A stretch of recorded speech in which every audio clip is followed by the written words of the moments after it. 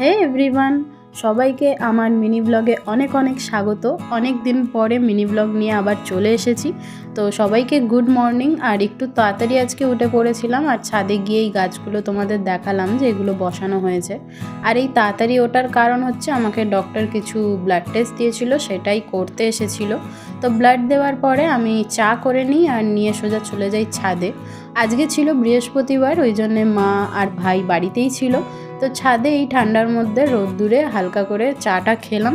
খেয়ে এই পুঁই শাকটা কেটে নিলাম। পুঁই শাকটা বেশ খানিকটা কেটেছি আর ভালো করে গুছিয়েও নিয়েছি, তার কারণ এই পুঁই শাক একজনদের বাড়ি নিয়ে যাব। আর তার জন্যে আমরা সবাই মিলে রেডি হয়ে বেরিয়েও পড়লাম স্নান টান করে। তো এই যে একজনদের বাড়ি বলতে নিশাদের বাড়ি। আগের বছর মনে আছে ওদের ওখানে যে বোন পুজো হয়েছিল, তার জন্য গেছিলাম। তো আজকেই ওই দিনটা ছিল, পুজো ছিল। তো নেক্সট পার্টে দেখাচ্ছি তারপরে কি করলাম।